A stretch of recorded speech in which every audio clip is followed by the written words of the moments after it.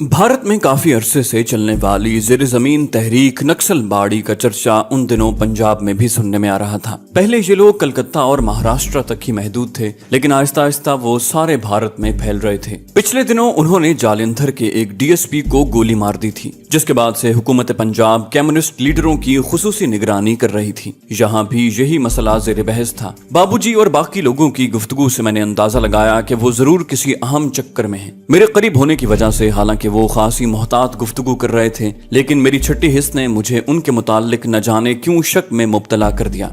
बात तो मेरे मतलब की नहीं थी। बहरहाल मैंने उस रोज बाबूजी को चेक करने का फैसला कर लिया। अभी दोपहर का खाना जो पूनम और माता जी ने मिलकर वहीं एक स्टव पर तैयार किया था, खाकर फारिग ही हुए थे कि एक धमाका खेज खबर सुनाई थी। स्वामी दयानंद जी महाराज संगतों को दर्शन देने आ रहे हैं। स्वामी जी का नाम सुनते ही मेरा माथा ठनका। ये कमबख्त यहाँ भी आन मरेगा, मुझे इसका वहमो गुमान भी नहीं था। हर मुश्तबा जगह पर महाराज पहुंच जाता था। मुझे यकीन हो चला था कि जरूर इस शख्स का इंटेलिजेंस से कोई ताल्लुक है, क्योंकि हाल ही में इस इलाके से एक जासूस की गिरफ्तारी ने उसे मुश्तबा बना दिया था, जिसकी वजह से यहाँ भारतीय सिक्योरिटी का अमल दखल खासा बढ़ गया था। अभी कल ही मेरी मुलाकात स्वामी से हुई थी, और वो भी खुसूसी मुलाकात। अगर उसने आज भी मुझे यहाँ देख लिया तो खामखा मेरे मुताल्लिक किसी वहम में मुब्तला न हो जाए। मेरे मुताल्लिक इंटेलिजेंस का शक खतरनाक भी साबित हो सकता था, क्योंकि रायकोट में मेरी आमद हाल ही में हुई थी। इंटेलिजेंस वाले फौरन मेरे माजी का ताकुब शुरू कर देते, जिसका कोई वजूद ही नहीं था। इस तरह वो लोग अपना जाल बुनते बुनते बहरहाल मुझ तक पहुंच सकते थे। इस बात के इम्कानात 50-50 थे। ये भी मुमकिन था कि स्वामी दयानंद वही हो जो वो नजर आता है, लेकिन मैं खतरा क्यों मोल लूं, मैंने सोचा। प्रकाश, मैं, बाबूजी और पूनम ताश खेल रहे थे जब अचानक मेरे चेहरे की रंगत बदलने लगी। सबने बारी बारी परेशानी से पूछा, क्या हुआ? मैंने ताश के पत्ते एक तरफ फेंकते हुए कहा, कुछ नहीं, बस जरा तबीयत खराब है। बाबूजी, मेरा ख्याल है मैं घर चलूं, मुझे आराम करना चाहिए, ऐसा कभी कभी हो जाता है। बाबूजी बोले, तुम जाओ बेटे, ठीक है, हम भी पीछे आ रहे हैं। मेरे अलावा पूनम का यहाँ रहना भी कुछ ठीक दिखाई नहीं देता था। मैं मोहतात रहना चाहता था। अपना कोई क्लू बाकी छोड़ना मुझे गवारा नहीं था। मैंने खुद तजवीज पेश कर दी, आप लोग तो स्वामी जी के दर्शन भी करेंगे। मेरा ख्याल है मैं और पूनम मोटरसाइकिल से चले जाएं। जवाब में बाबूजी ने महाराज दयानंद को बेशुमार गालियों से नवाज दिया। प्रकाश कुछ और ही सोच रहा था, क्योंकि अभी तक उसकी कोशिशों के बावजूद भी मुझे और पूनम को तन्हाई मुयस्सर नहीं हुई थी। उसकी दानिश्त में शायद अब मैं यही चाहता था। उसने मुझे और पूनम को चलता किया। बाकी सबको वो लेकर महाराज के दर्शन करने चला गया, जबकि बाबूजी अपने दोस्तों के पास जा बैठे। जैसे ही हम लोग रायकोट जाने वाली सड़क पर घूमे, मेरी तबीयत बहाल हो गई। पूनम मेरी अचानक सेहत याबी से सब कुछ समझ गई। घर पहुंचते ही वो मुस्कुराती हुई बोली, कमाल एक्टिंग करते हो, आपको तो। उसने फिक्रा अधूरा ही छोड़ दिया। मैंने कहा, बात दरअसल ये है कि मैं कुछ ज्यादा ही इस सिलसिले में हसास होता जा रहा हूँ। मैं चाहता हूँ मेरे सिवा तुम्हें कोई न देखे, मैंने खालिस फिल्मी लहजा अपनाते हुए कहा। पूनम खिलखिला कर हंस पड़ी। काफी देर हम दोनों एक दूसरे में खोए रहे।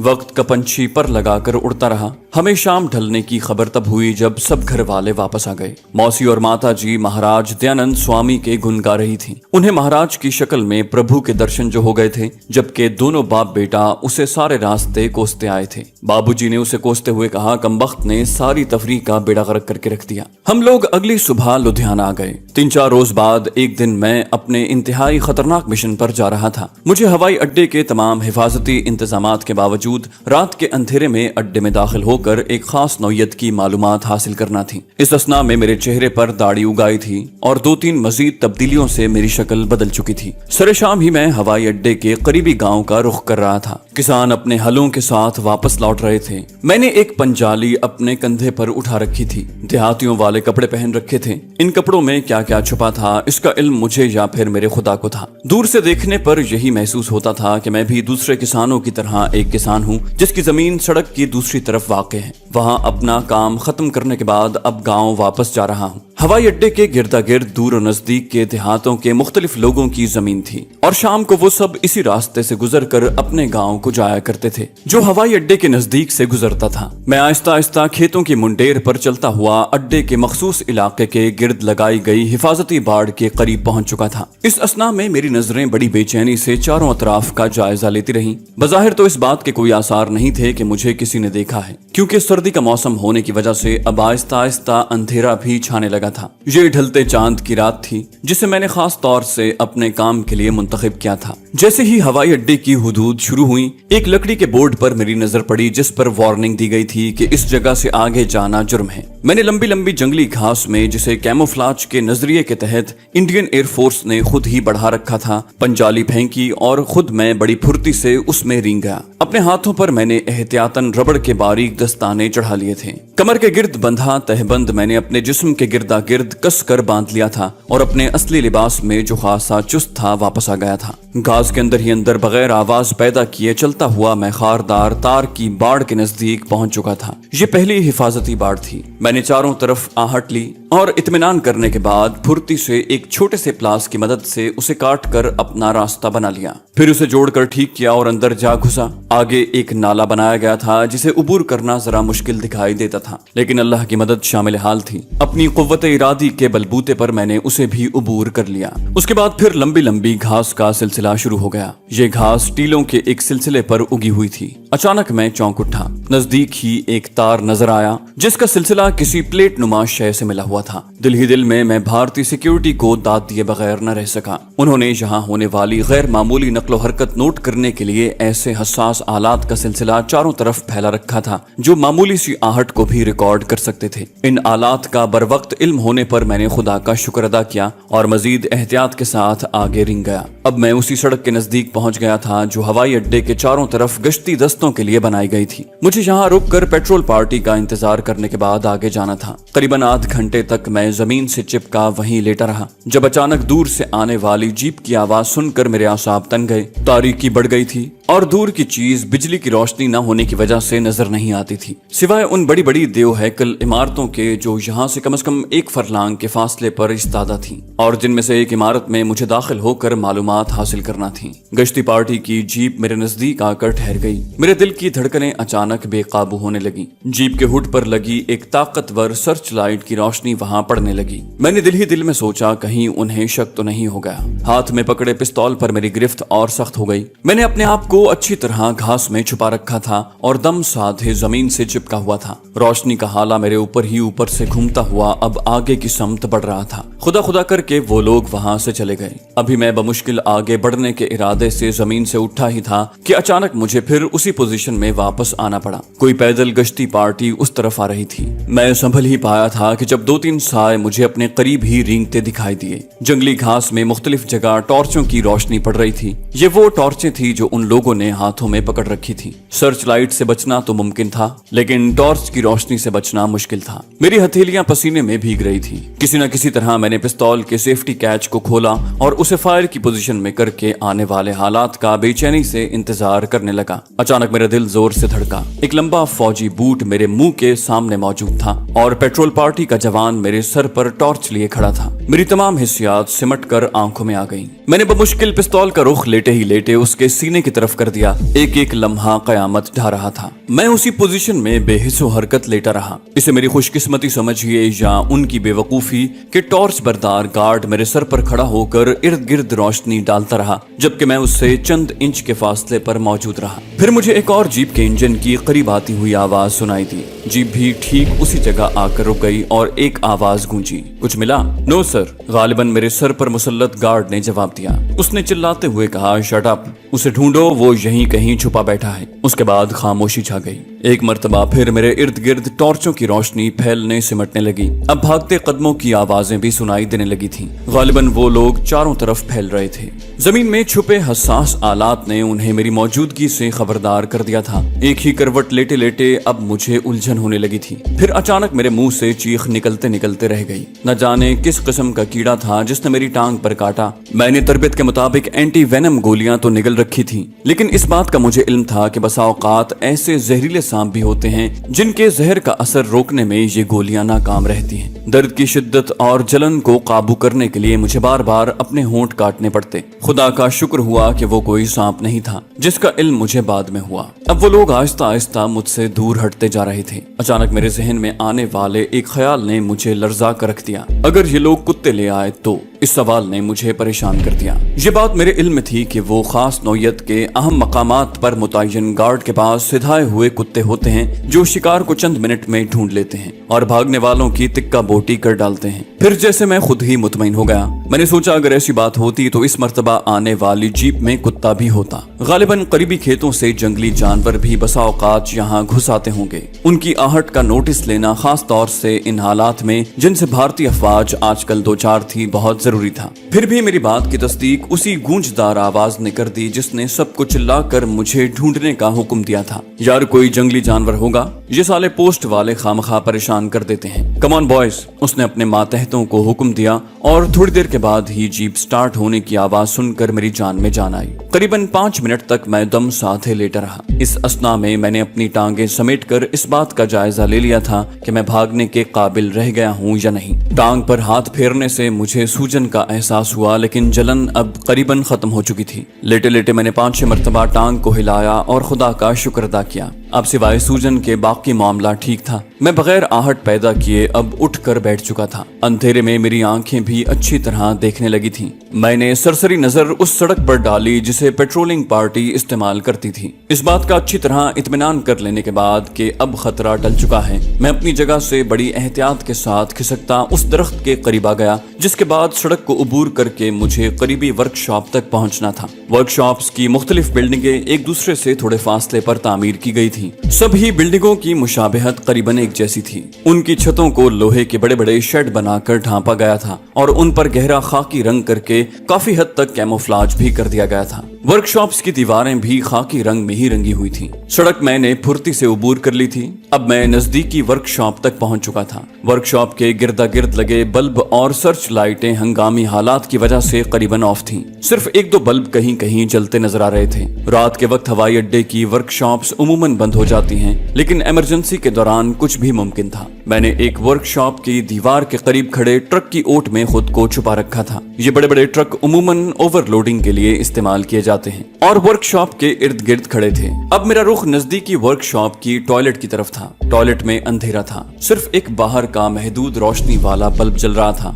मैं बड़ी फुर्ती से ट्रक की ओट से निकला और टॉयलेट में जा घुसा। करीबन 3-4 मिनट के बाद ही मेरे जिस्म से बंधे प्लास्टिक के मजबूत थैले में रखी इंडियन एयरफोर्स पुलिस की वर्दी मेरे पहले से पहने हुए लिबास पर मुंतकिल हो चुकी थी। प्लास्टिक का थैला फ्लश के बाहर रखे कूड़ा करकट के ड्रम में गायब हो चुका था। हवाई अड्डे का तंजीमी ढांचा गो के खासा मुनज़्ज़म होता है, लेकिन बहुत बड़ी तंजीम होने की वजह से लाख हिफाजती इंतजामात के बावजूद उसमें भी कहीं न कहीं कोई ऐसा खला रह जाता है जहां से एक ज़हीन जासूस उसमें दाखिल होने का रास्ता ढूंढ लेता है। मुझे इल्म था कि यहाँ सिक्योरिटी गार्ड की अपनी अपनी हुदूद मुतय्यन है और हर ग्रुप के जिम्मे अलग अलग फराइज हैं। उमूमन वर्कशॉपों वगैरह के गिर्द पहरे का कोई खास इंतजाम नहीं होता। हालत जंग की अलबत्ता और बात थी, क्योंकि उस वक्त कमांडोज के मुमकिन हमले के पेश नजर चप्पे चप्पे पर मुसल्लह गार्ड्स मौजूद रहते। मेरी हासिल करदा इतलात के मुताबिक किसी वर्कशॉप के गिर्द अव्वल तो कोई सिक्योरिटी गार्ड मुकर्रर नहीं था। अगर एक आध हुआ भी तो मुझे उसकी परवाह नहीं थी, मैं उसे बासानी काबू कर सकता था। इर्द गिर्द दूर दूर तक किसी का नामो निशान भी दिखाई नहीं देता था। मैंने अपनी पी कैप खासी झुका रखी थी। पहली नजर में मेरी शनाख्त मुमकिन नहीं रही थी। मैं दिल ही दिल में अल्लाह ताला से दुआ मांग रहा था कि शाम से छाए गहरे बादल अब बरस जाएं।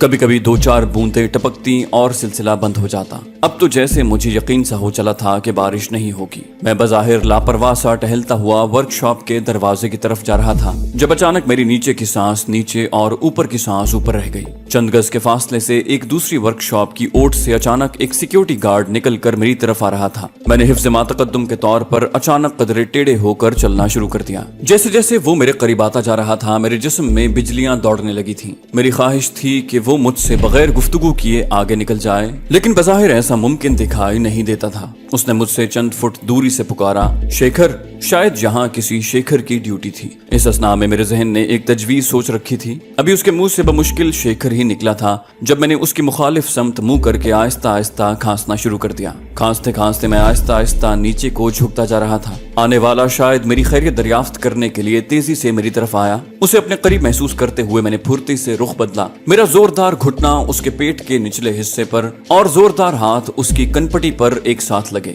आदमी कमजोर दिल का था। बेचारे को मुंह से आवाज निकालने की मोहलत भी नसीब न हुई। जमीन बोस होने से पहले वो मेरे मजबूत हाथों की गिरफ्त में आ चुका था। मुझे कुछ न सूझा, उसे भी मैं अपने साथ ही वर्कशॉप में ले आया। वर्कशॉप का बगली दरवाजा खुला ही मिला। बेहोश गार्ड को मैंने एक कोने में लिटाया। उसकी बेहोशी को लंबा करने के लिए मैंने अपनी जेब से एक रुमाल निकालकर उसे सूंघा दिया। अब 3-4 घंटे से पहले उसके खुद ब खुद होश में आने के इम्कान नहीं थे। कोई और उसे जगह देता तो अलग बात थी। अंदर हल्की रोशनी के 1-2 बल्ब जल रहे थे। मेरी तवक्को के ऐन मुताबिक वर्कशॉप में एक जहाज के इंजन के मखसूस हिस्से मुरम्मत या ओवरहॉलिंग के लिए एक ट्रेलर पर रखे थे। चंद मिनट के बाद ही मैं उनके एक पुर्जे को अपने पास मौजूद एक छोटे से ताकतवर कैमरे की मदद से अपनी गिरफ्त में ला चुका था। पुर्जों पर लगे मुख्तलिफ ट्रेड मार्क मेरे जहन में समा चुके थे। अभी मैं बमुश्किल चंद कदम ही चल पाया था कि अचानक लड़खड़ाया और गिरते गिरते बचा। मेरी टांग में जबरदस्त टीस उठी। जख्म फिर से हरा हो रहा था। दर्द से बेहाल होकर मैंने करीबी दीवार का सहारा लिया।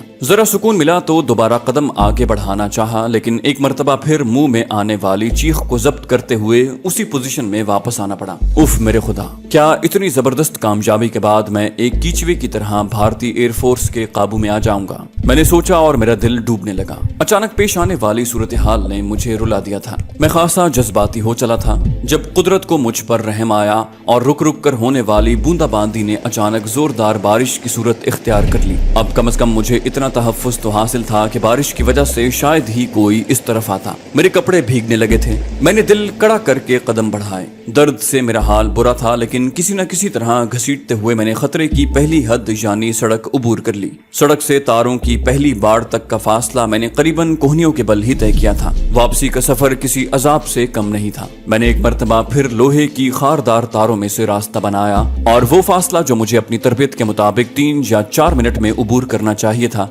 वो सदियों पर मुहीत नजर आने लगा। खुदा खुदा करके करीबन आध घंटे बाद किसी न किसी तरह गिरता पड़ता मैं उस खेत तक पहुंच गया जहां मुझे कपड़ों से निजात हासिल करना थी। मेरी सांस बुरी तरह फूलने लगी थी। सारा जिस्म पसीने में नहा गया था। मौत का खौफ था या मेरी कुव्वत इरादी के दर्द का एहसास अब खत्म होता जा रहा था। हंगामी जरूरत के तहत अपने पास पहले से मौजूद एस्पिरिन की 2-3 गोलियां निगलने के बाद अब कदरे अफाका महसूस होने लगा था। बारिश थम चुकी थी। मैं लंगड़ाता हुआ खेत से बाहर निकला और अपने मुकर्रर रास्ते पर चलने लगा। मुझे सुबह होने से पहले पहले यहाँ से बहुत दूर चले जाना था। सुबह जब सूरज की पहली किरण ने तारीख के छट जाने का मुजदा सुनाया, मैंने अंदाजे के मुताबिक अपनी खस्ता हाली के बावजूद कम से कम 10 मील का फासला तय कर लिया था। मैं महफूज तो हो चुका था, लेकिन टांग की बुरी हालत थी। सूजन बढ़ती जा रही थी। मुझे जल्द से जल्द किसी डॉक्टर तक पहुंचना था। एक लारी में बमुश्किल मैं लुधियाने पहुंचा। दौरान सफर मैंने जबरदस्ती अपने आप को नॉर्मल रखा। लुधियाना अड्डे की बजाय शहर से बाहर ही उतर गया।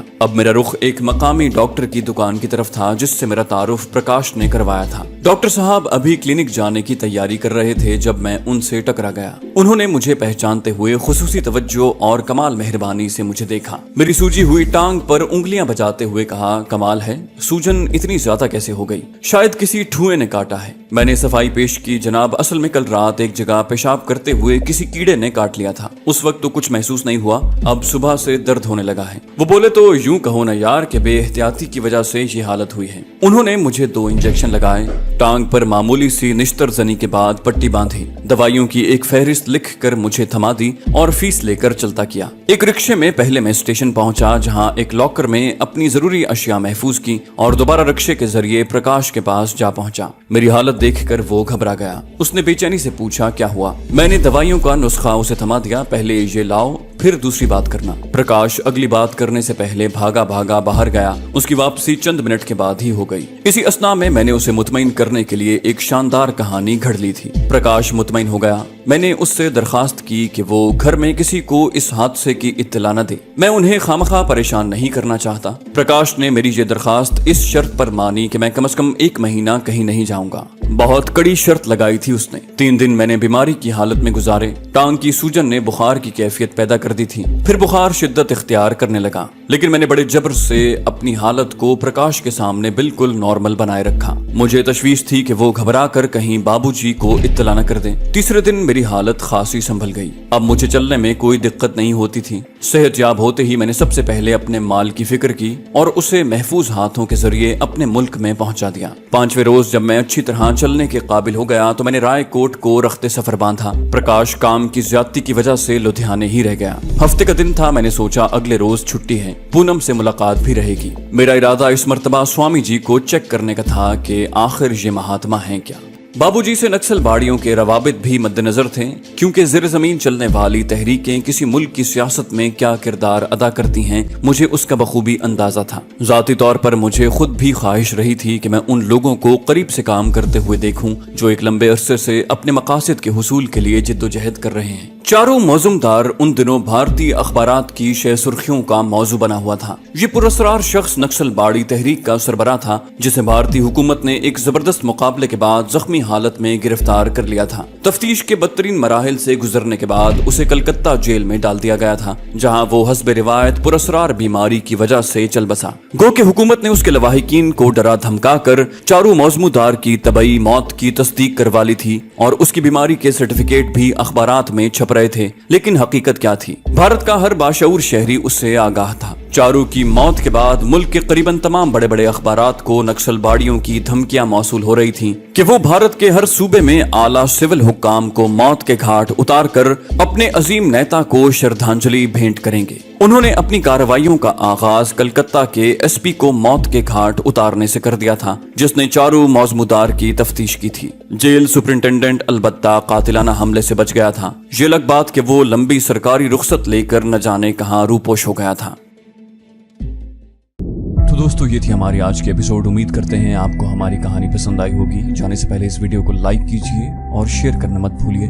कमेंट करके हमें बताइए कि आपको हमारी वीडियो कैसी लगी। और अगर अभी तक आपने इस चैनल को सब्सक्राइब नहीं किया तो इसे सब्सक्राइब कीजिए और बेल आइकन दबाकर ऑल नोटिफिकेशंस ऑन कर लीजिए।